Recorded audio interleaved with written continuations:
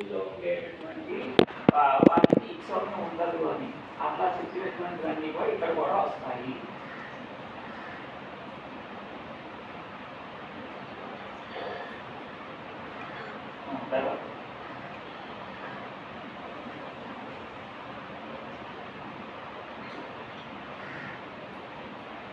అలాగే ఇక మీద చెప్పబోయే ప్రత్యయాలన్నీ కూడా స్వార్థిక ప్రత్యయాలు. స్వార్థిక ప్రత్యయాలు ఇప్పుడు దాకా నువ్వు అర్థంలో ఈ అస్య అస్మిన్ వగైరా అర్థాలన్నీ చూసావు. ఈ అర్థంలో ఈ ప్రత్యయం వస్తుంది, ఈ అర్థంలో ఈ ప్రత్యయం వస్తుంది అని చెప్పారు. కానీ ఇక్కడ అర్థ నిర్దేశం ఉంటుంది. ఈ అర్థంలో ప్రత్యయం వస్తుంది అని చెప్పదు. ఈ అర్థంలో ప్రత్యయం వస్తుంది అని చెప్పకపోతే మరి ప్రత్యయానికి అర్థం ఏంటి అంటే ప్రకృతికి ఏది అర్థమో ప్రత్యయానికి కూడా అదే అర్థం. వీటినే స్వార్థిక ప్రత్యయాలు అంటారు. ఇప్పుడు ఇవి కూడా ఒకటి రెండు వచ్చాయి మనకి, కానీ ఎక్కువ రాలేదు. కానీ ఇప్పుడు ఈ ఈ ప్రకరణంలో ఉండే ప్రత్యయాలన్నీ కూడా స్వార్థిక ప్రత్యయాలు. అంటే ప్రకృతికి ఏదైతే అర్థమో ప్రత్యయానికి కూడా అదే అర్థము.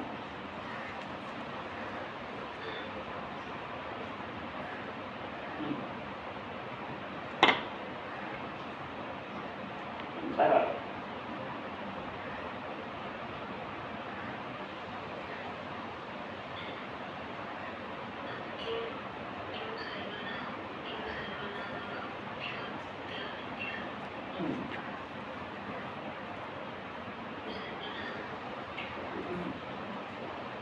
కూడా అధికారం చూస్తున్నాం.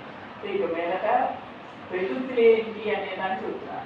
ఇది సర్వనామ బహుశ. ఇవి శబ్దము సర్వనామ శబ్దాలు, బహుశబ్దము. సర్వనామ శబ్దాలు అని చెప్తున్నంటే సర్వనామ శబ్దాలలో 35 ఉంటాయి. గణమాసం చదవలేదు. సర్వ విశ్వ ఉపయోగ అని చెప్పి సర్వనామ గణంలో 35 ఉంటాయి. ఈ 35లో ఈ ద్వి అని 26ది 27ది ఉంటుంది. ఆ 26వ దాని వరకు మాత్రమే ఇక్కడ గ్రహించాలి. వాటిని 35కి గ్రహించకూడదు అని చెప్పడం కోసం అద్యాదిత్య అని చెప్తున్నాం. అర్థమైందమ్మా? సర్వనామగణంలో ఉన్నటువంటి ఏవైతే ద్వి మొదలైనటువంటివి ఉన్నాయో వాటికి ఇక్కడ గ్రహణం ఉండదు అని చెప్పడం కోసం అద్యాదిత్య అని సర్వనామగణంలో ఉన్నటువంటి ద్వి మొదలైనవి కానటువంటి అలాగే కిమ్ అనే దానికంటే ఇక మీద చెప్పబోయే ప్రత్యయాలు వస్తాయి.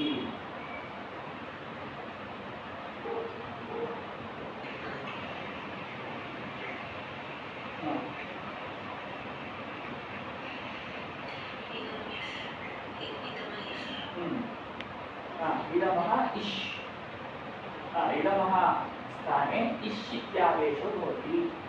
ఇదమః అనేది షష్ఠి అంటము. షష్ఠి స్థానివగానే సూత్రం చేత షష్ఠికి ఇది ఆదేశం అని తెలుస్తుంది. ఇది ఇదం అనేదానికి ఇష్ అనేది ఆదేశం.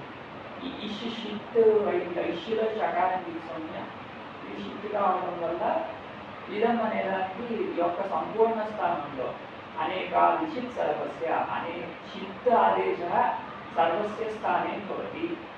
అనేకాల్ షిత్ సర్వస్య షిత్ ఆదేశ సర్వస్య స్థానే భవతి. ఇషిత్ షిత్ ఆదేశ అయం సర్వస్య ఇదం ఇత్యస్య స్థానే భవతి. అర్థమైందమ్మా?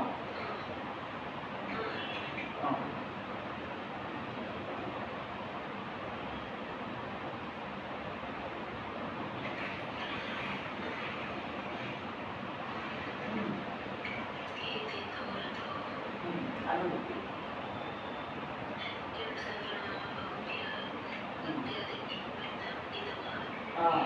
ఇదమః ఏతేతౌ ఆదేశో భవతః. ఇదమః ఇదమిత్యస్య స్థానే ఏత ఇత్యేతౌ ఆదేశో భవతః. तथोः रेफादि तकारादि प्रत्ययोः परयोः अग्रे विधिः प्रत्ययः आगच्छति, खप् प्रत्ययः आगच्छति, किमो च रेफादि तकारादि एतयोः प्रत्ययोः परयोः इदमः स्थाने एत इत्येतौ आदेशो भवतः।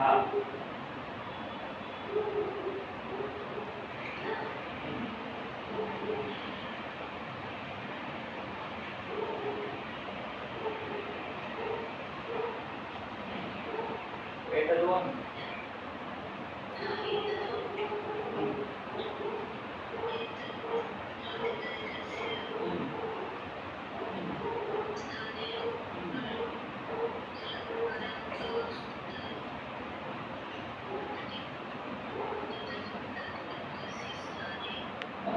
అన్నాదేశాన్ని బట్టి రేపాది సకారాన్ని ప్రత్యయో పరయో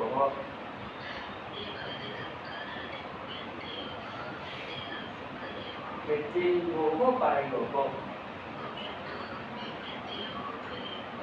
ప్రత్యయో పరయో రెండు ప్రత్యయాలు కాబట్టి దేవచనం చెప్పాలి. తర్వాత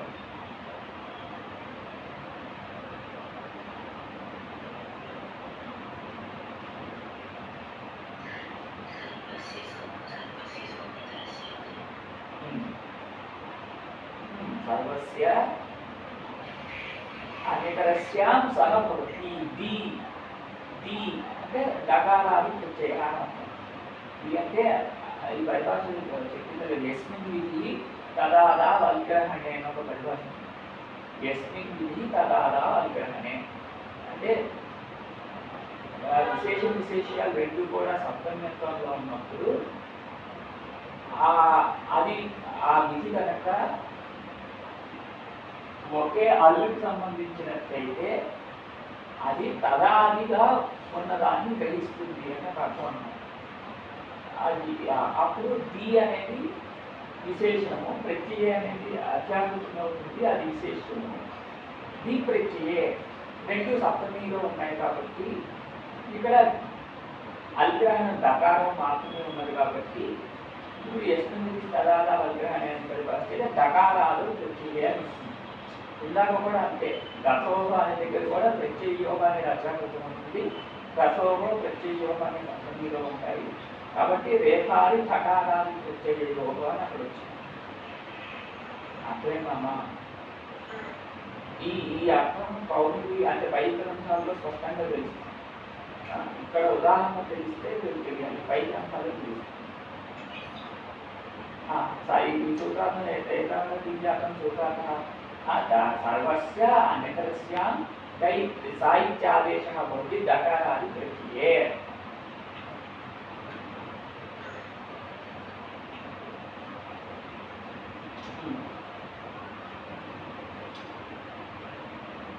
अग्रे प्रत्ययाः आगच्छन्ति, ठकारादि प्रत्ययः, दकारादि प्रत्ययः, रेफादि प्रत्ययः, एवम् अग्रे प्रत्ययाः आगच्छन्ति. तदा एतेषां तत्र समन्वयः भविष्यति, अत्रैव आगच्छति.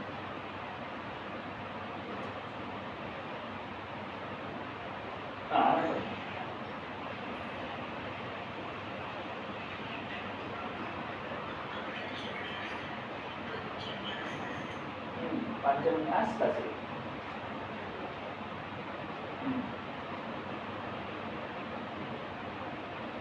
किं सर्वनाम बहुभ्यः इति करोति. किं सर्वनाम बहुभ्यः पंचमी प्रकृतेभ्यः पंचमी प्रकृतेभ्यः किं सर्वनाम बहुभ्यः तसिल् इति प्रत्ययः भवति. नाम कस्मात् అనేది పంచమీ ప్రకృతిమైనటువంటి హింసత్వం. దీనికంటే తసిల్ అనే ప్రత్యయం వస్తుంది. కస్మాత్ తసిల్, కస్మాత్ తసిల్ అని చెప్పకూడదు. కిమ్ము నసి తసిల్, కిమ్ము నసి తసిల్, కిమ్ము నసి తసిల్ అనేటప్పుడు ఈ తసిల్ అంతానికి దీనికి తర్జిత సంధి, తర్జితాంత సంధి ఉంది. తర్జితాంత సంధి ఉండడం వల్ల ఇప్పుడు తర్జిత సమాసాశ్చాన్ని అంటే దీనికి ప్రాతిపదిక సంధి. ప్రాతిపదికం వస్తే సుఖో ధాతు ప్రాతిపదికో అని సుబ్లికి వస్తుంది. అప్పుడు నసి అనే దానికి లిప్ వస్తుంది. నసి అనే దానికి లిప్ వస్తే కిమ్ము తసిల్ అనేది కిమ్ము తస్ అని ఒక తసిల్లో లకారానికి ఇకారానికి ఇచ్చిన తస్ అని మిగులుతుంది. కిమ్ము తస్. ఈ పైన ఇంకో సూత్రం చెప్తాను. కిమ్ అనేదానికి కు అనే ఆదేశం. కు తస్ కుతః అని ఉంటుంది. అర్థమైందమ్మా?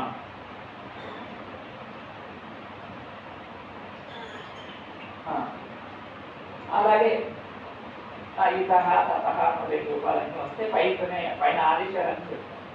తర్వాత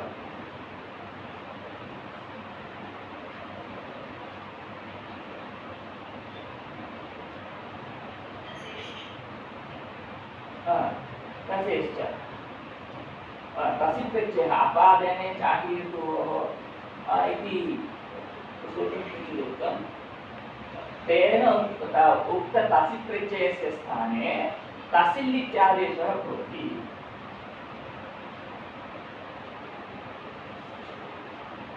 అదేనమ్మా తసి ప్రత్యయము ముందు చెప్పారు ఆ తసి ప్రత్యయ స్థానంలో తసిల్ అనే ఆదేశం వస్తుంది తసేహే అంటే తసి అనేదానికి చెప్పేయవచ్చు తసేహే స్థానే తసిల్ ఆదేశः భవతి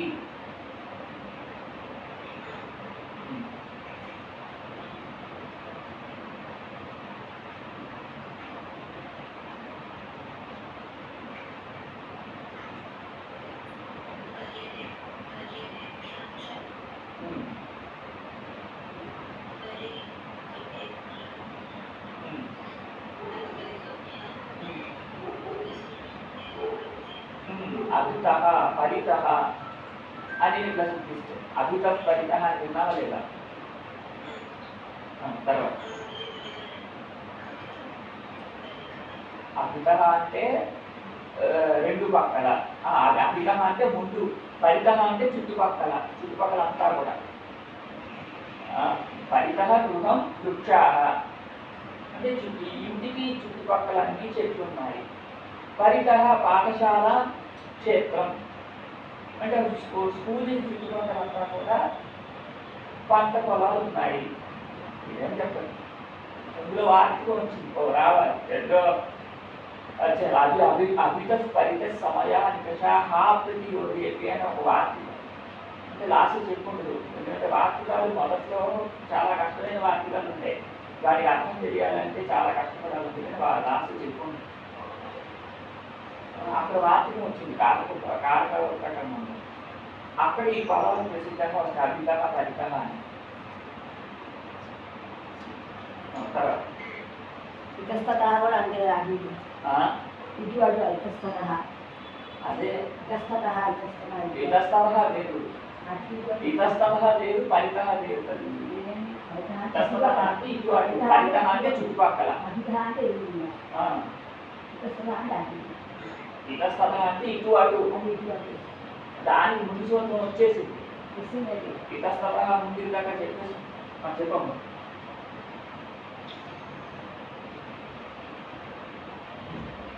పద్ధతించ తర్వాత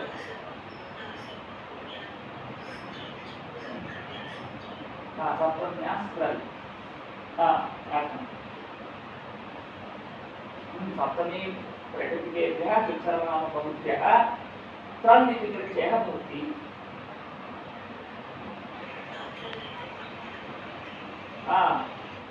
అదేంటి కస్మిన్ అనే అర్థంలో కిమ్ము నీ అనే దానికంటే కళ్ళు ప్రత్యయం కిమ్ము నీ కళ్ళు అనేది తద్ధితం అయింది కాబట్టి ఈ కిమ్ము నీ కళ్ళు అనే దానికి తద్ధితాంతానికి వృద్ధి సమాసాస్యాన్ని ప్రాతిస్వమ్యం ఉండడం వల్ల ఇంకో ధాతుకాలు సూచికి వచ్చి కిమ్ము త్ర అనేది ఈ కిమ్ అనే దానికి ఏంటి అనే ఆదేశం త్ర అని అవుతుంది అర్థమా అలాగే తత్ర అత్ర వలయన్నీ ఇలాగే సూచిస్తాయి అత్ర తత్ర అన్యత్ర సర్వత్ర ఇవన్నీ ఇలాగే సూచిస్తాయి సర్వస్మిన్ అంటే సర్వత్ర అన్యస్మిన్ అన్యత్ర తత్ర తస్మిన్ తత్ర అస్మిన్ అత్ర యస్మిన్ యత్ర అర్థమేనమ్మా కదా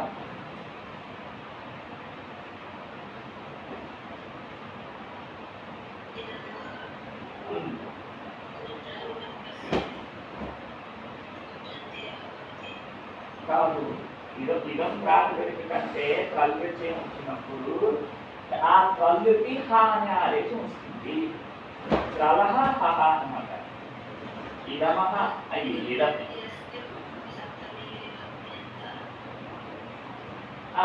ఇదం ఇదం ప్రాతిపదికాత్ పరస్య సప్తమ్యర్థే సప్తమ్యర్థే ఆగత త్రల్ ప్రత్యయస్య హ ఇత్యాదేశో భవతి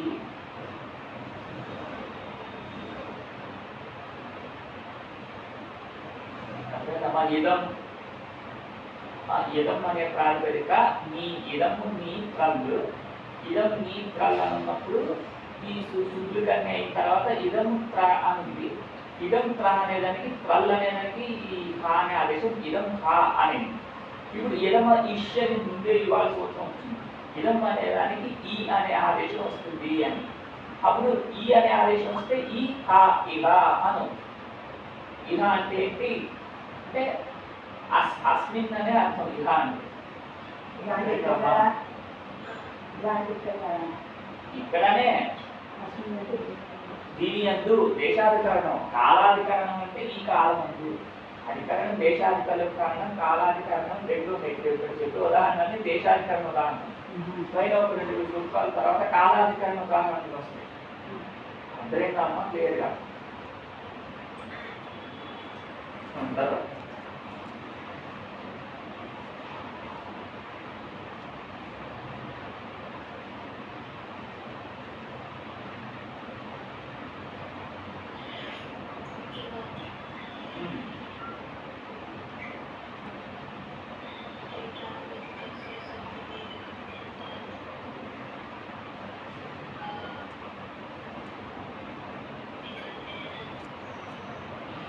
आत्मपरिचयः भवति।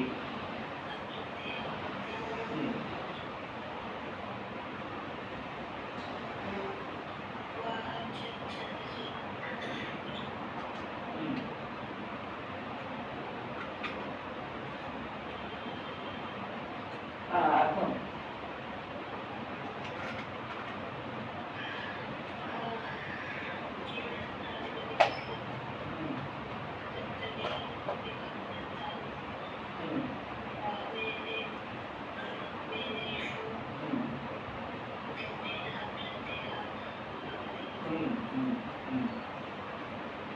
ఊహ అను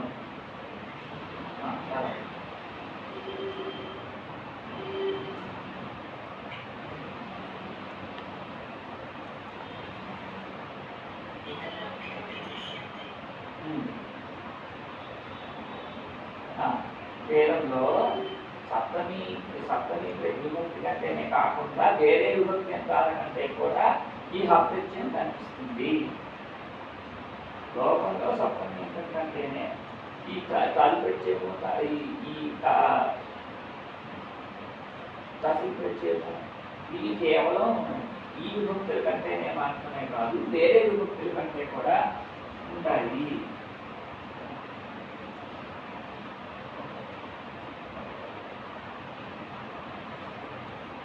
అర్థమైందమ్మా?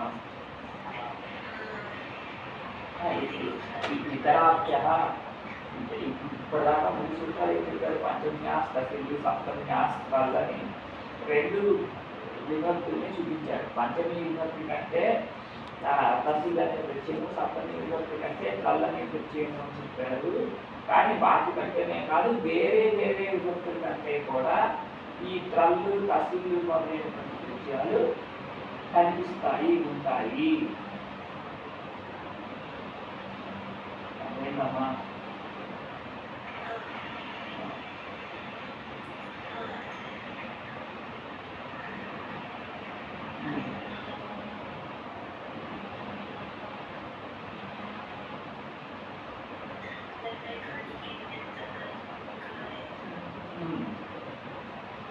సరే అర్థం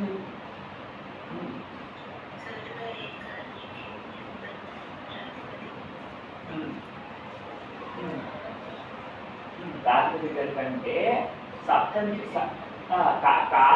కాలం తెలిసినప్పుడు సప్తమి ప్రత్యయం కంటే సప్తమి విభక్తి ప్రత్యయం కంటే దా అనే ప్రత్యయం వస్తుంది.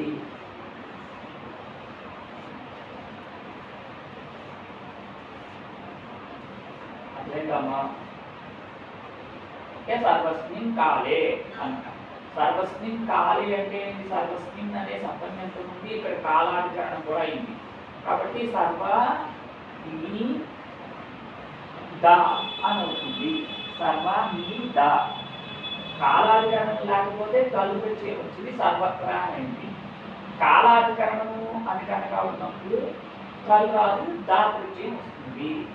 సర్వ నీ దా, సర్వ నీ దా. ఇందాక చెప్పినట్టుగా తగ్గుతాంతాన్ని కాల్ తీసుకుంటే సూత్రులన్నీ వచ్చి సర్వదా అనేది.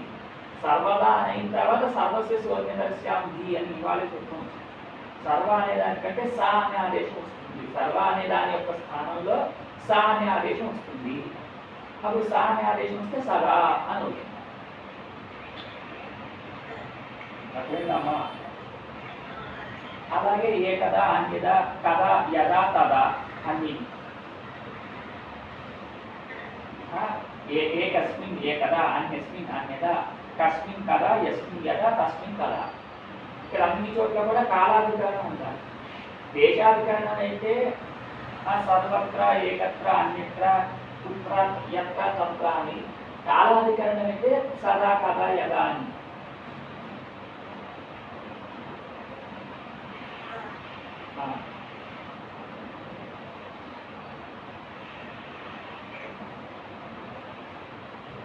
ఎప్పుడు వెళ్తావు అనేది తొందరగా వచ్చేసి అని అంటారా? ఎప్పుడు ఎక్కడ. ఎప్పుడు అనేదేమో కాలాధికరణాన్ని చెప్పేటప్పుడు వాడతాం. ఎక్కడ అనేదేమో దేశాధికరణాన్ని చెప్పేటప్పుడు వాడతాం. ఎందుకు అన్నప్పుడు అదేనామా? కదా అన్నప్పుడు తర్వాత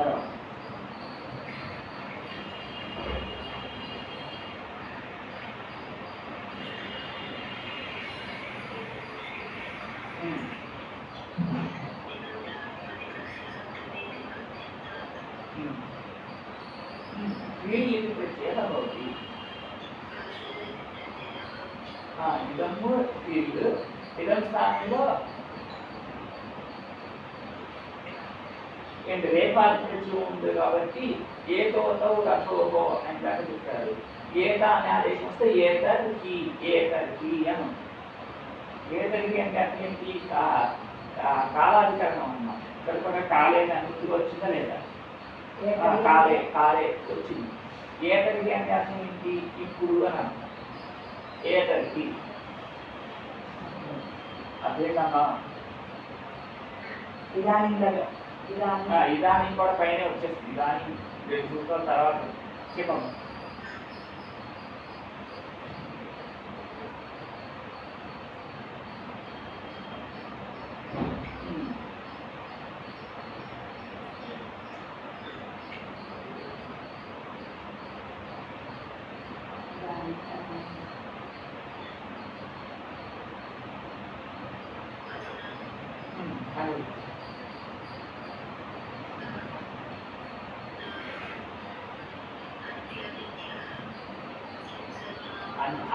అదంతా అతిథిగా వచ్చినా ఇక్కడ సంబంధించింది. కేవలం ఇదం అనేది మాత్రమే సంబంధించింది. ఇదమో స్త్రీలు ఇదమో స్త్రీలు సప్తమ్యాస్త్రాల నుండి సప్తమ్యాన. అప్పుడు సప్తమీ ప్రతిపికా ఇదం శబ్దాత్ అధునా ఇది ప్రత్యయ భవతి. అధునా ప్రత్యయం. ఇదము నీ అధునా కాలాధికారం ఉన్నప్పుడు అన్నమాట. ఇదము నీ అధునా. ఇదం అనేదానికి ఈశాదేశం. అదే సూర్యులకు ఈ అధునా. ఈ అనేదానికి సంగీత లోపము అధునా అని. అంటే సంపూర్ణ ప్రకృతికి లోపం వచ్చేసింది. కేవలం ప్రత్యేకం ఉంటుంది. అదేనమ్మా. అధునా అంటే ఇప్పుడు అని. అధునా అన్నా కూడా ఇప్పుడు అని. అధునా అనేది బాగా ప్రసిద్ధి. విన్నావా?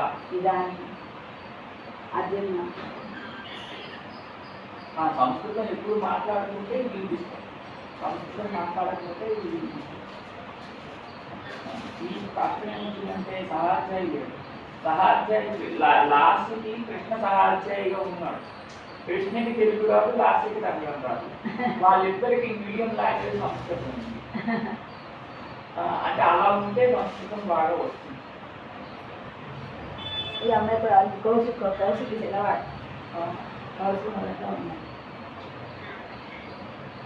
అప్పుడు ఎక్కువ మాట్లాడే అవకాశం వస్తుంది. చింతన కూడా దేనికోవడం. సహాధ్యాయి వేరే భాష సహాధ్యాయి ఉంటే అప్పుడు బాగా వస్తున్నాం.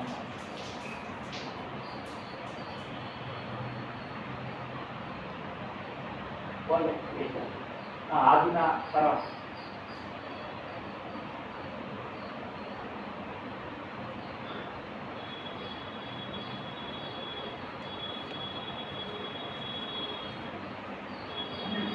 గానించ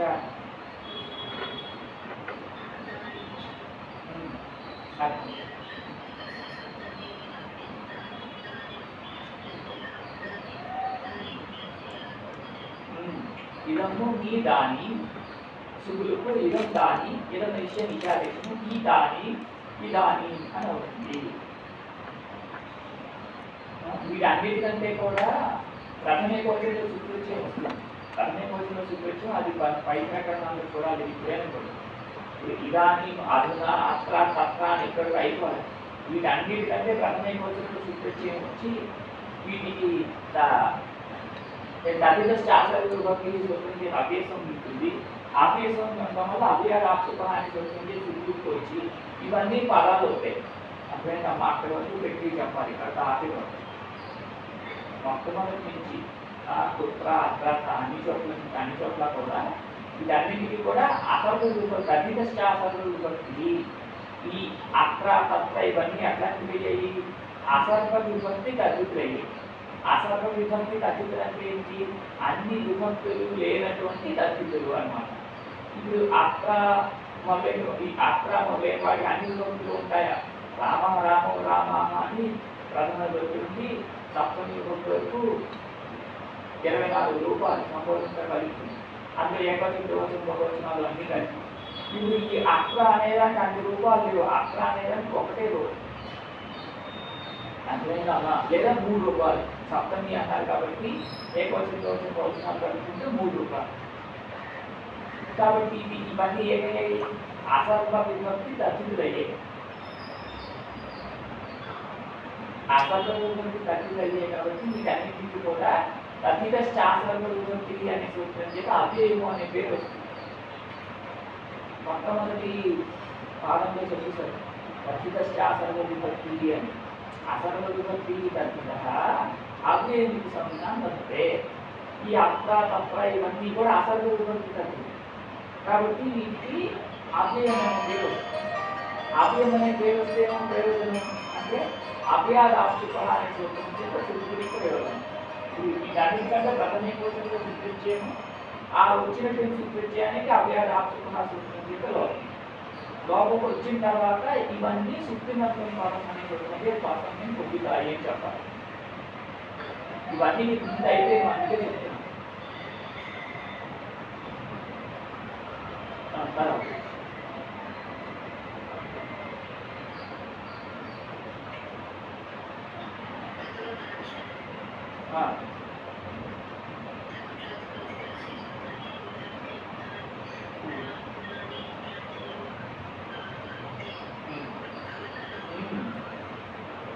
తదాని తదా తస్మిన్ అనే అర్థంలో కాలాధికరణానికి వచ్చినప్పుడు తస్మిన్ కాలే అన్నప్పుడు తదా తదాని, అస్మిన్ కాలే అన్నప్పుడు ఈ అధునా ఇదాని.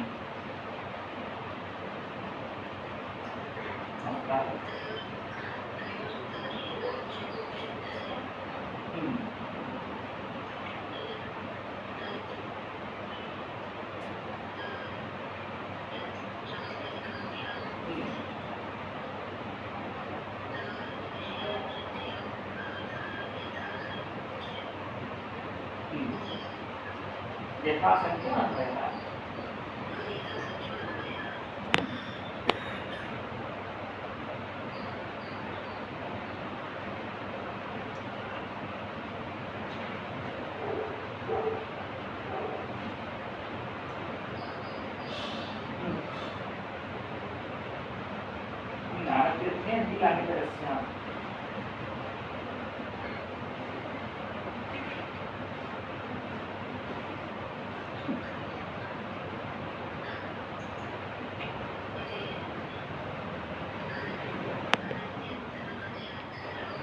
అనభ్యతన కాలము అనే అర్థంలో కూడా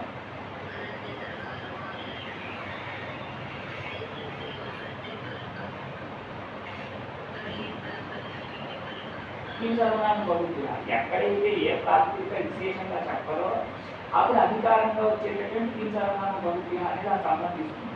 ఎక్కడైతే విశేషంగా చెప్తారో అక్కడే సంబంధించింది అన్నమాట. రెండమ్మ కిం సర్వనామ బహువ్రీహి సప్తमी प्रत्येकः काले अधिकरणे क्लीन् प्रत्ययः विकल्पेन भवति।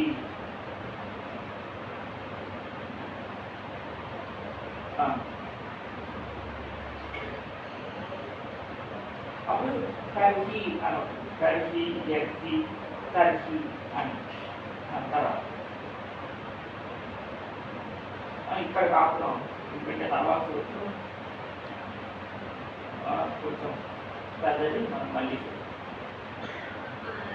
ఇవాళ మధ్యాహ్నం చేస్తావా రేపు చేస్తావా?